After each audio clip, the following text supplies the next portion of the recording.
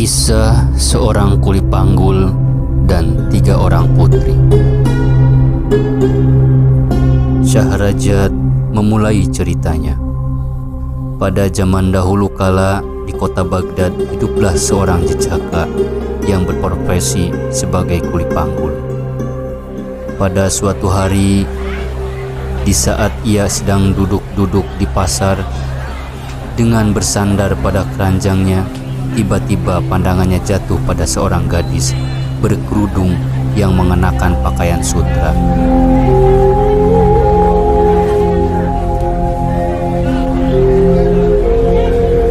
Ketika kerudung gadis yang dipandangnya itu terbuka, tampaklah sesosok wajah cantik dengan mata yang hitam legam, dengan alis dan bulu mata yang indah dan sedap dipandang. Gadis cantik itu berkata kepada si kuli, "Bawalah keranjangmu dan ikuti aku." Seolah tak percaya apa yang didengarnya, si kuli langsung mengambil keranjangnya dan mengikuti gadis cantik itu sampai di sebuah rumah. Si gadis kemudian mengetuk pintu dan keluarlah seorang laki-laki Nasrani. Setelah menerima sekantung minyak zaitun dari si Nasrani, gadis cantik itu menyerahkan uang 1 dinar padanya. Sambil memasukkan kantong minyak zaitun yang baru dibelinya, gadis itu berkata pada si kuli, "Bawalah minyak ini dan ikuti aku." Seraya tangannya mengangkat keranjang dan kembali mengikuti si gadis cantik. Kuli itu bergumam dalam hati, "Sungguh, hari ini adalah hari yang penuh berkah." Tak beberapa lama kemudian, mereka telah tiba di depan sebuah kios buah. Di kios itu si gadis membeli apel, syam, safarjal, utsmani, fitz, amani, yasmin, halabi, lemon, mashhari, kuram, syakik, nu'man, banaf, saji. Semua buah-buahan itu kemudian dimasukkan ke dalam keranjang yang dibawa oleh si kuli. "Bawalah," ujar si gadis cantik itu lagi. Dengan senang hati, si kuli membawa keranjang itu dan kembali mengikuti si gadis menuju tempat penjualan daging. Di tempat itu, si gadis cantik membeli 10 rit daging. Dan setelah dibungkus dengan daun pisang, daging yang dibeli oleh si gadis dimasukkan ke dalam keranjang. "Hai kuli, bawalah ini," ujar gadis cantik itu. Si kuli kembali membawa keranjang dan kembali berjalan di belakang si gadis. Ternyata yang dituju oleh si gadis kali ini adalah penjual kacang.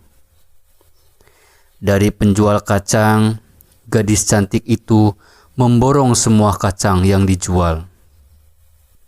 Dan seperti sebelumnya, gadis itu meminta si kuli panggul untuk membawa belanjaannya dan mengikutinya lagi.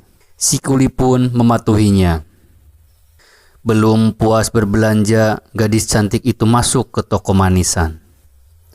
Di toko itu si gadis membeli berbagai macam manisan yang dimasukkannya ke dalam wadah dan kemudian diletakkan di dalam keranjang. Karena merasakan bahwa keranjangnya telah menjadi amat berat, si kuli pun berkata, "Jika Nona memberitahu saya sebelumnya bahwa Nona akan berbelanja sebanyak ini, tentu saya akan membawa seekor bagal untuk membawa barang-barang ini." Si perempuan cantik itu hanya menanggapi kata-kata si kuli dengan senyuman. Dan dia justru terus masuk ke sebuah toko minyak wangi. Di dalam toko, gadis cantik itu membeli sari mawar dan sari bunga. Dia juga mengambil sekantong gula, alat penyemprot air, kerikil, batu amber, minyak kasturi, dan lilin Alexandria. Setelah memasukkan barang-barang itu ke dalam keranjang, gadis cantik itu berkata, "Bawalah keranjangmu dan ikutilah aku." Kuli itu pun membawa keranjang yang terisi penuh itu dan berjalan di belakang si gadis cantik sampai akhirnya mereka tiba di sebuah rumah mewah yang sangat indah. Pada bagian depan rumah mewah itu terdapat beranda yang amat luas dan dihiasi dengan ukiran emas. Setibanya di depan pintu, gadis cantik itu pun mengetuknya, dan pintu pun terbuka. Dengan sudut matanya, si kuli mencari tahu siapa gerangan orang yang membukakan pintu. Ternyata yang membukakan pintu untuk mereka adalah seorang gadis yang berparas cantik dan memiliki tubuh yang indah. Mata gadis kedua yang ditemuinya itu bulat dan bersinar. Di atasnya tampak sepasang alis indah, bak semut beriringan. Pipi gadis itu merah merona bagai delima, sementara wajahnya teduh bagai purnama. Demi melihat gadis secantik itu, si kuli merasa takjub sampai-sampai keranjangnya yang dipikulnya hampir terjatuh. Dengan lidah ragu-ragu, si kuli menyapa gadis itu. "Indah nian hari ini." Gadis itu pun menjawab, "Selamat datang." Ketiganya lalu berjalan beriringan masuk ke bagian dalam dari rumah mewah itu. Ternyata ruangan yang mereka tuju adalah sebuah ruangan besar, seperti aula yang dihiasi dengan berbagai ukiran dan perabot yang indah. Di dalamnya tampak berjajar beberapa buah sofa mewah, lengkap dengan almari yang ditutup dengan kain halus.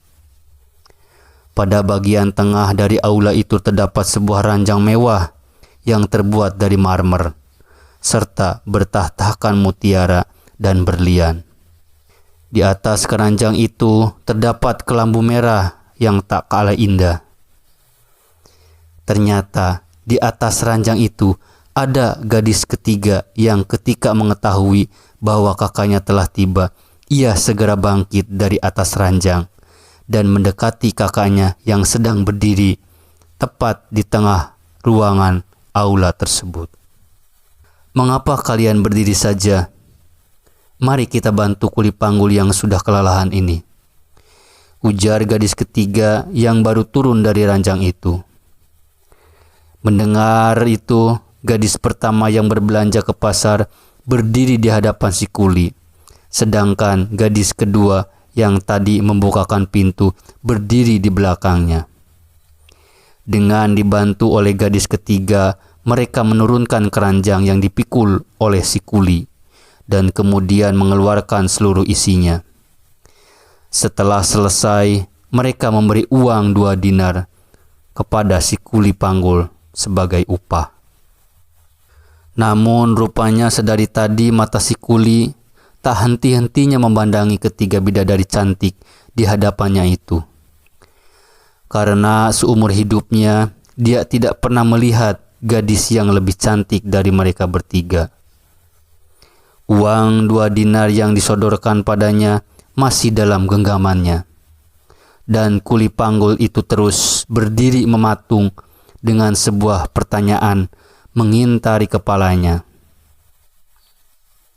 Mengapa gadis-gadis secantik ini tidak memiliki pasangan?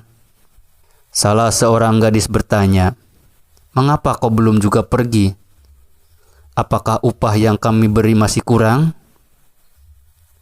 Si gadis kemudian berkata kepada saudaranya, "Berilah 1 dinar lagi untuknya." Namun si kuli segera menyahut, "Demi Allah, sebenarnya upah yang sudah cukup. Tetapi ada yang mengganjal di dalam hati saya, yaitu bagaimana kehidupan nona-nona bertiga tanpa ditepani seorang lelaki pun." Tidakkah kalian tahu bahwa meja pun baru dapat tegak sempurna jika ia memiliki 4 kaki? Sedangkan kalian hanya bertiga. Tidakkah kalian tahu bahwa setiap perempuan tidak dapat dikatakan sempurna tanpa dihadirkan seorang laki-laki? Kalian hanya bertiga, seharusnya kalian segera mencari seorang laki-laki yang cerdas, pintar, cekatan, dan mampu menjaga rahasia. Gadis-gadis itu menjawab, "Kami bertiga memang perempuan, tetapi kami takut salah memilih orang untuk menjaga rahasia kami.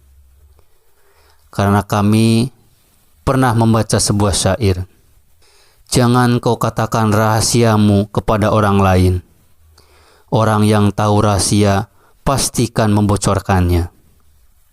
Ketika si kuli mendengar ucapan ketiga gadis itu, ia lalu berkata, "Demi hidup kalian bertiga, sesungguhnya aku adalah seorang lelaki yang cerdas dan dapat dipercaya.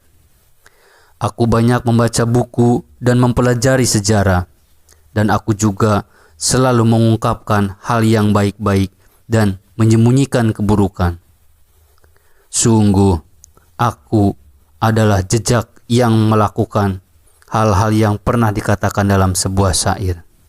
Rahasia hanya akan disimpan oleh orang yang terpercaya. Pada orang baik-baik, rahasia pasti takkan dibocorkan. Rahasia bagiku bagai rumah terkunci, yang hilang kuncinya dan pintunya tersegel." Setelah mendengar syair tersebut, salah seorang gadis berkata, "Semua belanjaan ini membutuhkan biaya yang tidak sedikit untuk membelinya.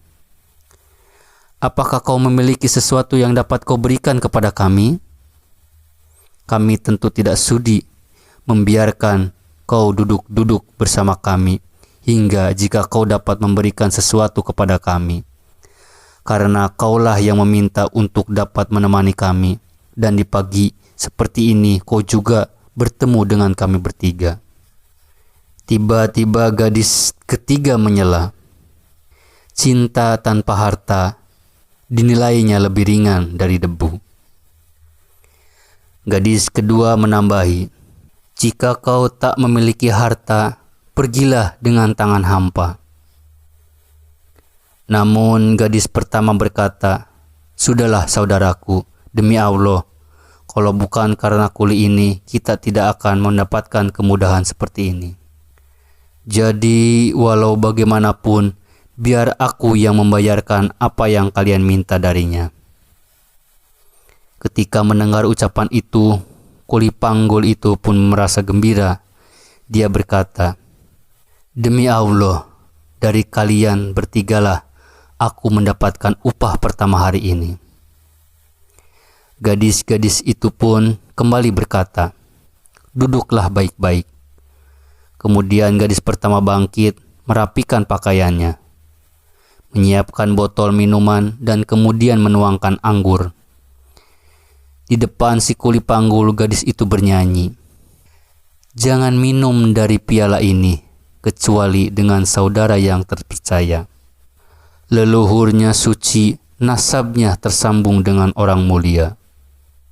Anggur bagaikan angin, jika bertiup di atas wangi, dia wangi. Jika lewat bangkai, ia akan ikut busuk.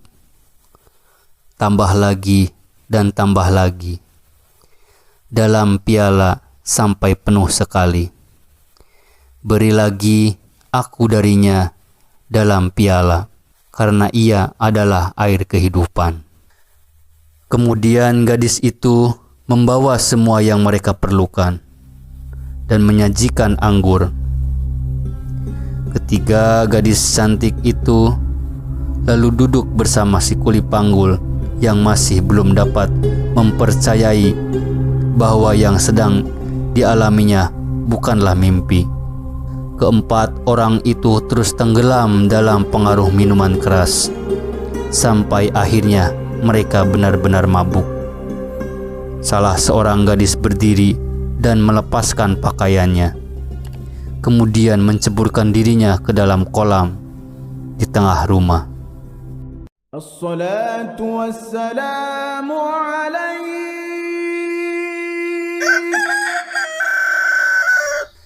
Tanpa terasa, pagi hampir tiba. Sahrajat pun menghentikan kisahnya.